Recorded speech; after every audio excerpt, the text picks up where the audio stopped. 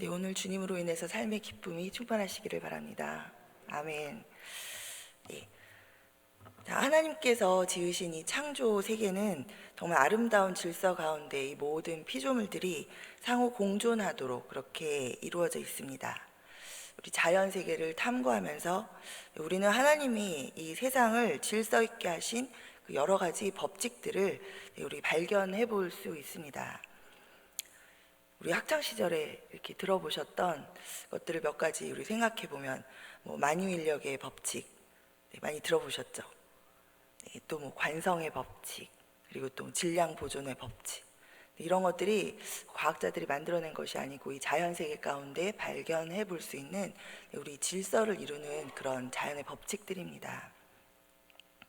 이런 법칙들이 피조 세계에 존재하면서 이 세계를 질서 있게 이렇게 존재하도록 우리 하나님께서 만들었음을 우리가 발견해 볼 수 있는데요. 정말 하나님께서는 전능하고 위대하신 창조주이십니다. 그런데 이 법칙은 이 피조 세계에만 있는 것이 아니라 이 하나님 나라에도 있습니다. 그래서 우리는 성경을 통해서 이 하나님 나라의 법칙들을 우리가 발견해 볼 수 있습니다. 오늘 읽은 이 마태복음 19장에는 세 가지의 이야기가 나오고 있습니다.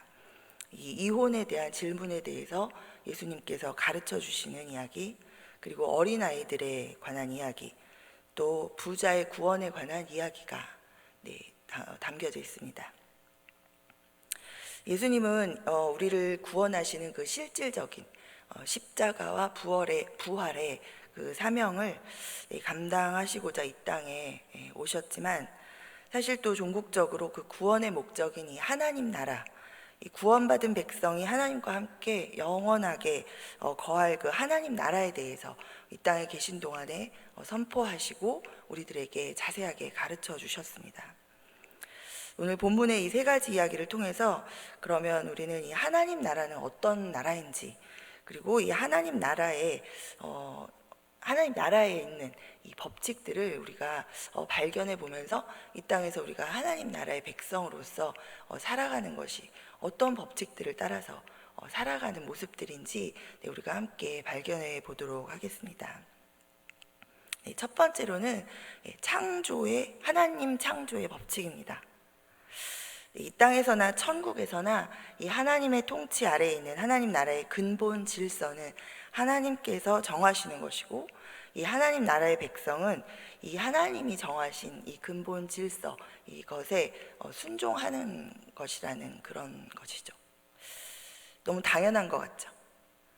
그렇지만 사실 우리와 우리 세상을 이렇게 살펴보면 이 당연한 법칙을 우리가 자주 잊어버리고, 우리가 스스로 우리 자신을 위해서 법칙을 새로 만들거나, 또는 하나님께서 우리에게 주신 이 질서와 법칙을 잘못 변질시켜서 우리 자신을 위해서 이용하거나 또 그것을 해석해서 적용하는 그러한 일들을 우리가 쉽게 찾아볼 수 있습니다.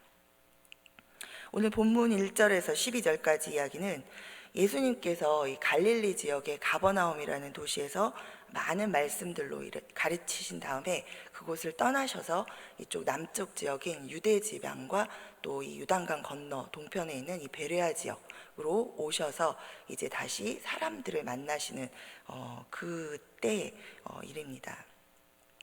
자, 이곳에서도 예수님의 소문을 들은 이 수많은 사람들이 예수님께 모여들어서 큰 무리를 지어서 예수님을 따라다닙니다. 예수님은 이 무리들을 또 외면하지 않으시고 이 무리들에게 함께 이야기를 나누시면서 이들 가운데 이제 병자들을 고치시고 하시는 이 사역을 하시죠. 그때 이 바리새인들이 나와서 예수님을 시험합니다. 이 성경에서 시험한다라고 하는 단어는 원문의 뜻을 보면 적대감을 가지고 걸려 넘어뜨리게 한다라는 그런 의미를 갖고 있습니다. 그냥 한번 예수님이 어떤 분이신가 이렇게 테스트하는 그런 질문을 던진 것이 아니라 이 예수님을 걸려 넘어지게 해서 이 고발할 이런 이유를 찾고자 이제 이렇게 질문을 생각해서 하고 있는 그런 바리새인들의 모습이죠. 자, 이들은 갑자기 사람이 어떤 이유가 있으면 그 아내를 버리는 것이 옳습니까? 라고 이렇게 물으면서 이 이혼에 관한 문제를 들고 나와서 질문을 합니다. 근데 이 질문은 단순한 이 이혼에 관한 질문인 것 같지만 사실은 이 질문을 하는 데는 이 당시 정치적인 그런 의도가 다분히 들어 있습니다. 그 여러분 마태복음 14장에서 우리가 헤롯에게 죽임당한 이 세례 요한의 이야기를 우리가 보았습니다. 기억해 보시면 이 세례 요한이 어떻게 죽었죠? 목이 잘려서 소반에 담겨서 이렇게 죽었습니다. 그때 이 세례 요한의 목을 친 그 분봉왕 헤롯 안디바, 그 헤롯 안디바가 지금 예수님이 19장에서 말씀을 이 이혼에 대한 이 문제를 제기받은 그 질문받은 이 지역을 이제 당시 다스리고 있는 그 헤롯 왕이었는데, 자, 이 헤롯 왕은 당시에 어땠어요? 헤로디아라는 여성과 결혼을 했었습니다. 정상적인 결혼이 아니라 로마에서 남편과 살고 있는 이 헤로디아를 만난 이 헤롯 안디바가 첫눈에 반했고 이 헤로디아에게 결혼을 청하죠. 이 헤로디아는 그 헤롯 안디바 결혼하기 위해서 살고 있는 남편을 버리고 이 헤롯을 쫓아서 이쪽 지역으로 오게 되고, 또 그다음에 이 헤롯 안디바도 이 헤로디아와 결혼하기 위해서 자기의 이 원래 아내를 버리고 이 결혼을 합니다. 그래서 그것에 대해서 이 세례 요한이 굉장히 옳지 않은 일이다, 이 리더로서 옳지 않은 일이다 하며 비판을 했고, 또 그것에 대해서 이제 앙심을 품은 이 헤로디아가 결국은 때를 얻어서 이 세례 요한의 목을 구하고, 그래서 이제 이 세례 요한이 죽임을 당하게 되죠. 자, 이때 이 예수님을 향해서 이 바리새인이 이 질문을 한 것은 당시에 그렇게 불륜에 의해서 이 결혼을 한 이 헤롯과 헤로디아의 각각 그 본 처나 본 남편과 이혼에 대한 그 질문을 지금 예수님에게 던지고 있는 것입니다. 예수님이 이혼에 대해서 반대하는 이야기를 하시면 이제 당장 가서 이 헤롯 당원들과 함께 예수님을 이제 고발해서 이 세례 요한이 처했던 이런 상황과 같은 상황에 이제 예수님을 몰아넣으려고 하는 그런 의도가 있고, 또 만약에 예수님께서 이혼에 대해서 찬성하시는 발언을 하시면 어떻게 유대인으로서 이 하나님이 정하신 것을 나누는 것에 대해서 찬성할 수 있느냐, 율법을 어기느냐라고 이제 모함을 하려는 그러한 의도를 갖고 있는 이 질문이죠. 자, 이 교활한 질문에 대해서 예수님께서는 하나님 나라의 법칙을 이들에게 상기시켜 주시고 분명하게 말씀해 주십니다. 자, 여기 19장 4절부터 우리 6절까지 함께 읽어보도록 하겠습니다. 시작. 예수께서 대답하여 이르시되 사람을 지으시니가 본래 그들을 남자와 여자로 지으시고 말씀하시기를 그러므로 사람이 그 부모를 떠나서 아내에게 합하여 그 둘이 한 몸이 될지니라 하신 것을 읽지 못하였느냐. 그런즉 이제 둘이 아니요 한 몸이니 그러므로 하나님이 짝지어 주신 것을 사람이 나누지 못할지라 하시니. 네. 자, 이렇게 아주 단호하고 분명하게 이 하나님 나라의 법칙을 세상에서 사람들이 그것을 어떻게 하든지 그것을 설명하신 것이 아니라 하나님의 법칙에 대해서 분명하게 말씀해 주셨습니다. 자, 그러자 이 바리새인들이 다시 질문하죠. 이 신명기 24장에 이 모세가 이야기했던 이 모세의 가르침을 들어서 모세가 이혼 증서를 주어서 버릴 수 있도록 한 건 그러면 어떻게 된 것입니까? 라고 예수님에게 묻습니다. 자, 이에 대해서 예수님께서 또 명쾌하게 결론을 딱 지어주시죠. 8절과 9절 제가 읽겠습니다. 예수께서 이르시되 모세가 너희 마음의 완악함 때문에 아내 버림을 허락하였거니와 본래는 그렇지 아니하니라. 내가 너희에게 말하노니 누구든지 음행한 이후에 아내를 버리고 다른 데 장가드는 자는 간음함이니라. 자, 예수님은 사람을 지으신 이 즉 창조하신 하나님께서 이 창조의 근본 질서를 정하신 것에 대해서 분명하게 밝혀주시고, 이를 변질시키는 것은 이 사람의 탐욕과 이 죄악의 결과다라고 분명하게 말씀해주고 계십니다. 우리는 이 세상의 근본 질서를 만드신 이 창조주 하나님을 기억해야 합니다. 사람과 사람 사이에서 일어난 일을 우리가 그것을 먼저 고민하면서 그것을 이해하기 위해서 이 하나님의 속성을 부분적으로 끌어다가 이렇게 적용하는 것은 순서가 잘못된 그런 어리석은 그런 일입니다. 지금 이 세상에서 가장 많이 일어나고 있는 일이죠. 우리 사회에서 이미 우리가 죄악 가운데 또 우리 자신의 이익을 위해서 변질된 우리 사이에 일어난 그러한 일들, 그리고 그렇게 또 관습적으로 우리가 적용해온 일들을 돌아보면서, 아, 하나님은 이런 하나님이시니까, 하나님은 저런 하나님이시니까, 아, 하나님은 이러시지 않을까, 이러셔야 하나님이지 않을까, 이러면서 우리가 이 하나님을 전체적으로 이 하나님 나라의 법칙을 먼저 생각하지 아니하고 이 하나님을 부분적으로 생각하면서 이 하나님의 부분적인 것들을 갖다가 우리의 일들을 이해하는 데 갖다 껴다 맞추는 그러한 일들이 지금 굉장히 많이 일어나고 있는 것을 우리가 바라보고 있습니다. 네. 그러나 그렇게 하는 것이 정말 어리석은 일이고 순서가 뒤바뀐 일입니다. 그것에 대해서 하나님, 예수님께서 이 19장을 통해서 분명하게 말씀해주고 계십니다. 우리가 가장 먼저 생각해야 할 것은 창조하신 이를 먼저 생각하고 이 창조하신 이의 그 법칙을 먼저 우리가 깨달아 알고 그것에 따라서 우리의 일들을 들여다봐야 한다라는 것을 말씀해주고 계십니다. 책을 쓰더라도 우리가 책을 읽을 때 책의 내용이 어려울 때는 이 책을 쓴 저자가 어떤 의도를 가지고 이러한 내용을 썼을까 하는 것을 생각해 볼 때 우리가 그 책의 내용을 더 잘 이해할 수 있습니다. 바르게 이해할 수 있고, 또 물건을 만든 물건이 고장이 났을 때는 그것을 만든 자가 가장 먼저 고칠 수 있습니다.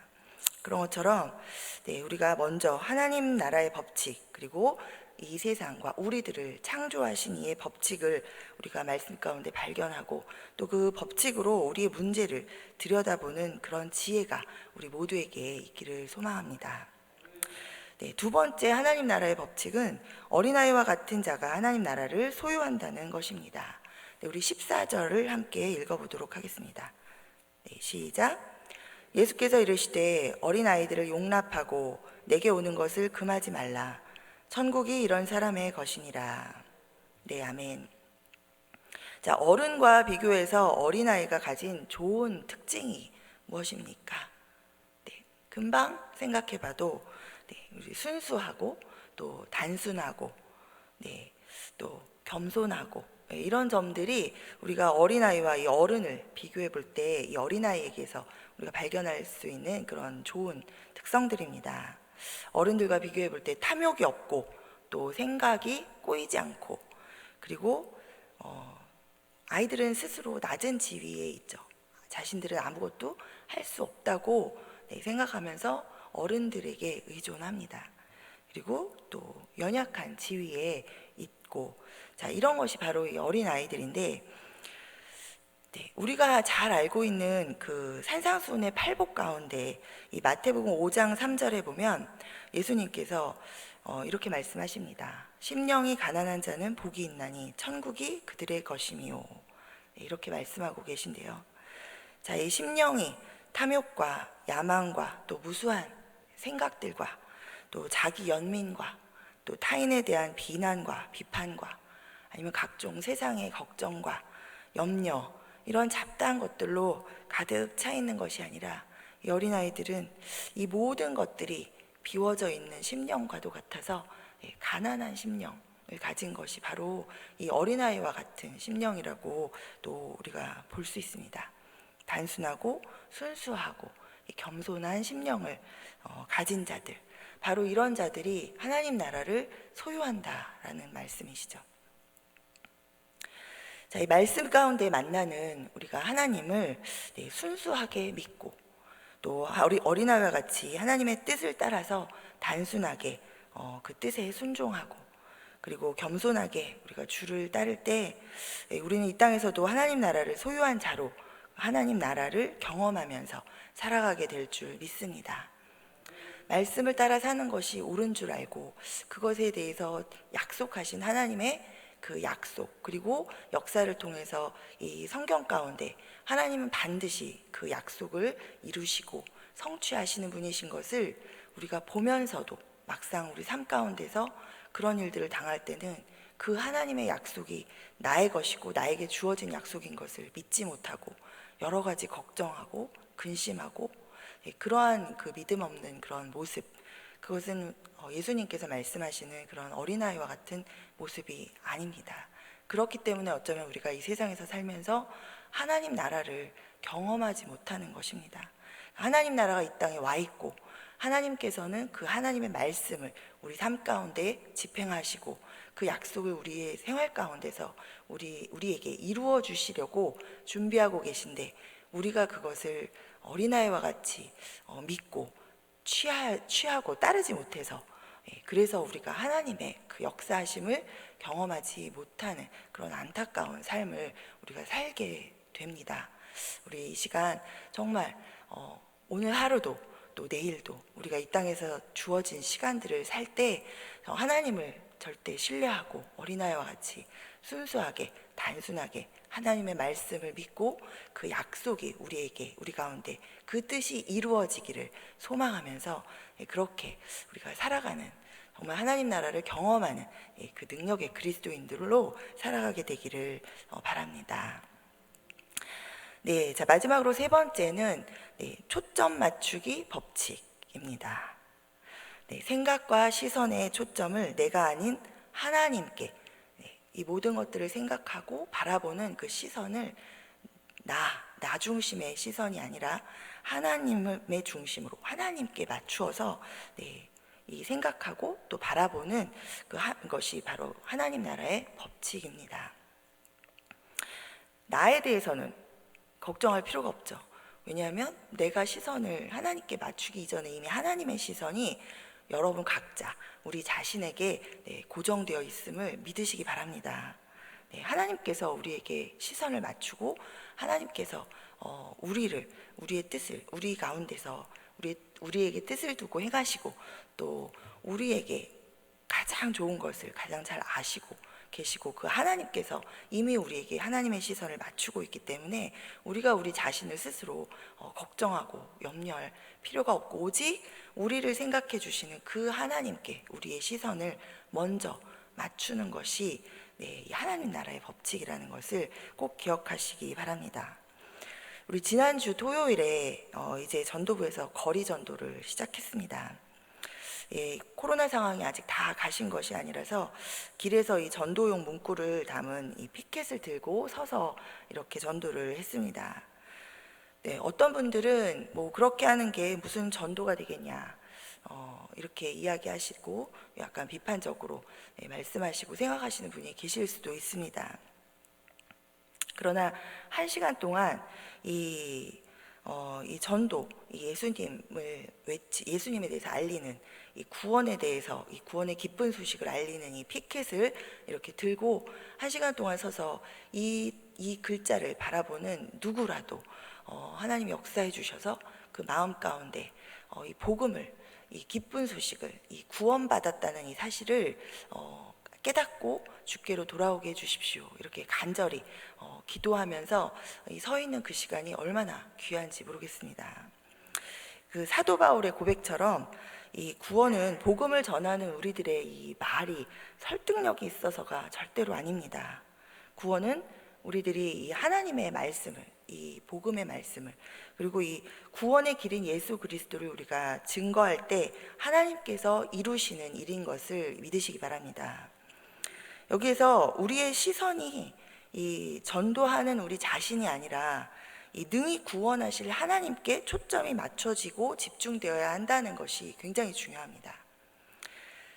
그 실제로 전도하는 것이 굉장히 부담스러우신 많은 분들의 경우에 이 마음에 그 시선이 능력의 하나님께 초점이 맞춰져 있지 않고 내가 뭐라고 말을 해야지 되지?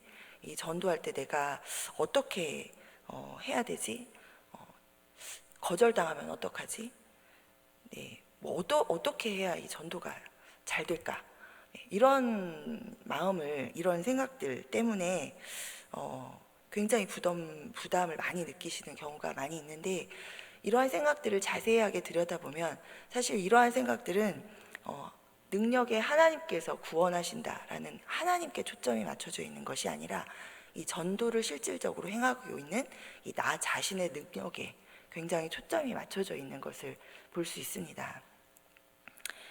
자, 오늘 본문에는 이 영생에 관해서 관심이 있는 이 부자 청년이 나옵니다. 네, 아담의 죄 이후에 이 땅에 죽음이 들어왔죠. 그 이후로 이 사람은 죽음에 대해서 굉장히 두려워하면서 이 죽지 않고 영원히 살아가는 그런 방법을 찾고자 노력해온 흔적을 이 역사를 통해서 우리가 볼 수 있습니다. 세계 여러 지역과 이 문화권들에서 이 영원한 생명을 얻기 위해서 이 인간이 얼마나 노력해 왔는지를 알 수 있는 여러 가지 이야기들을 우리가 전해 들을 수 있는데요. 네, 불로초를 찾아서 온 세계 방방곡곡을 사람을 보냈다는 이 진시 황제 이야기도 우리가 알고 있고, 또 뭐 이런 영원한 생명을 얻기 위해서 뭐 좋다는 어떤 약재나 어떤 물질을 이렇게 만들기 위해서 뭐 연단술이나 이런 연금술 같은 것들이 이 발달했다라는 그런 이야기들 우리가 알고 있습니다. 자, 그러니 오늘 이 부자 청년이 이 영원한 생명에 관심이 있는 것은 너무 당연합니다. 자, 그래서 이렇게 묻습니다. 무슨 선한 일을 하여야 영생을 얻겠습니까? 자, 영생을 얻기 위해서 내가 자신이 이 무슨 선한 행위를 해야 하는지에 대해서 이렇게 묻고 있습니다. 자, 예수님은 이 생명이 인간의 능력으로 얻을 수 없고 자신의 능력으로 얻을 수 없는 것임에도 불구하고 자신이 무엇을 해야 이 영원한 생명을 얻겠습니까? 라고 이렇게 물으면서 이 자신의 행위에 초점이 맞춰져 있는 이 청년의 이 시선을 다시 이렇게 돌려서 하나님께로 집중할 수 있도록 이렇게 초청하십니다. 자, 우리 19장 17절을 함께 읽어보도록 하겠습니다. 네, 시작. 예수께서 이르시되 어찌하여 선한 일을 내게 묻느냐? 선한 이는 한 분이시니라. 내가 생명에 들어가려면 계명들을 지키라.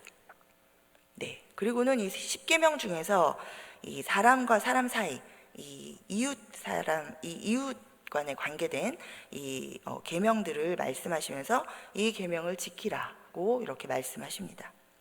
자, 그러자 이 부자 청년이 자신 있게 말합니다. 이 모든 것을 내가 지켰는데 아직도 무엇이 부족합니까? 네, 여기에 대해서 예수님께서 다시 마음을 다하고 목숨을 다하고 뜻을 다하여 하나님을 사랑하는 이 하나님 나라 백성의 모습으로 이 청년이 시선을 돌려서 초점을 맞출 수 있도록 그렇게 말씀하십니다. 자, 21절에 이렇게 말씀하시죠. 예수께서 이르시되 내가 온전하고자 할진대 가서 내 소유를 팔아 가난한 자들에게 주라. 그리하면 하늘에서 보화가 내게 있으리라. 그리고 와서 나를 따르라. 자, 예수님께서는 이 부자 청년에게 하나님을 사랑한다면, 영원한 생명을 얻어서 하나님과 영원히 거하고 싶다면 하나님 나라의 백성이 되는 것은 이 가진 하나님의 뜻을 따라서 이 가진 재물을 이제 자기 자신을 위해서 사용하지 말고 이것으로 하나님 나라를 위해서 기쁘게 사용하라라고 이렇게 초청하고 계신 것입니다. 그러나 이 본문에서 보면 이 부자 청년은 이 주님의 말씀을 제대로 잘 깨달은 것 같지 않습니다. 네.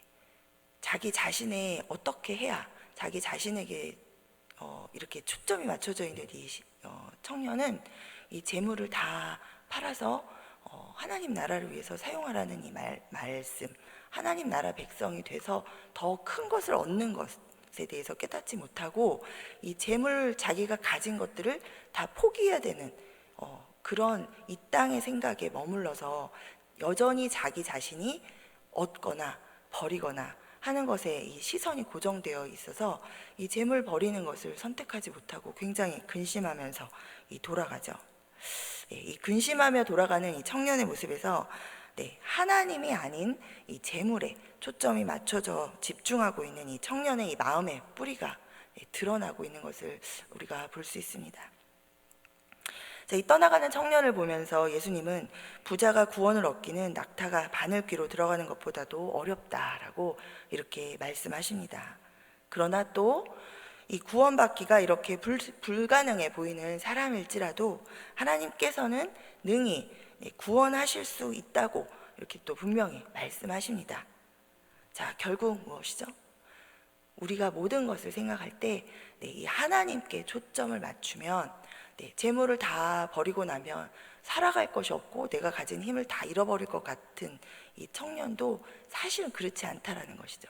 하나님께 초점을 맞추면 우리가 무엇을 얻는 것인지를 분명하게 볼 수 있는데, 우리가 여전히 우리 자신과 이 세상 가운데 시선의 초점이 맞춰져 있으면 더 큰 하나님의 나라를, 더 큰 우리에게 주어진 축복을, 우리가 누릴 수 있는 것들을 바라보지 못한다는 것입니다. 자, 오늘 이 부자 청년처럼 구원을 얻기는 원하지만 나를 구원하실 수 있는 그 능력을 가지신 그 하나님을 바라보기보다는 다른 세상의 어떤 것에, 세상의 힘에 우리가 시선을 맞추고 거기에 집중하고 있는 것은 아닌지 우리 자신을 돌아보게 되기를 바랍니다. 내 생각이나 행동이나 이 세상의 어떤 것이 아닌 창조주 하나님, 구원주 하나님께 우리의 시선에 초점을 맞출 때 오늘 이 땅에서도 우리가 하나님 나라를 경험하고 우리가 하나님 나라 백성으로 능력 있게, 또 우리가 하나님께서 우리에게 약속하신 그 축복들을 이 땅 가운데에서도 누리면서 그렇게 기쁨 가운데 살아가게 될 줄 믿습니다. 아멘. 이 시간에 우리가 주님이 주신 이 하나님 나라의 법칙을 생각하면서 우리가 기도하면서 오늘 하루도 우리가 이 땅에 살지만 이 땅의 법칙대로가 아니라 하나님 나라의 법칙대로 살아가는 우리 모두 우리 자신들이 되기를 소원합니다. 기도하시겠습니다. 우리를 창조하신 창조주 하나님, 주님, 우리가 우리에게 주신 이 성경 말씀을 통해서 창조의 근본 질서를 깨닫고 마음에 새기고 이 세상을 분별하게 도와주시옵소서. 어린아이와 같은 가난한 심령을 가진 자가 되어서 하나님 나라를 우리가 소유하게 되기를 원합니다.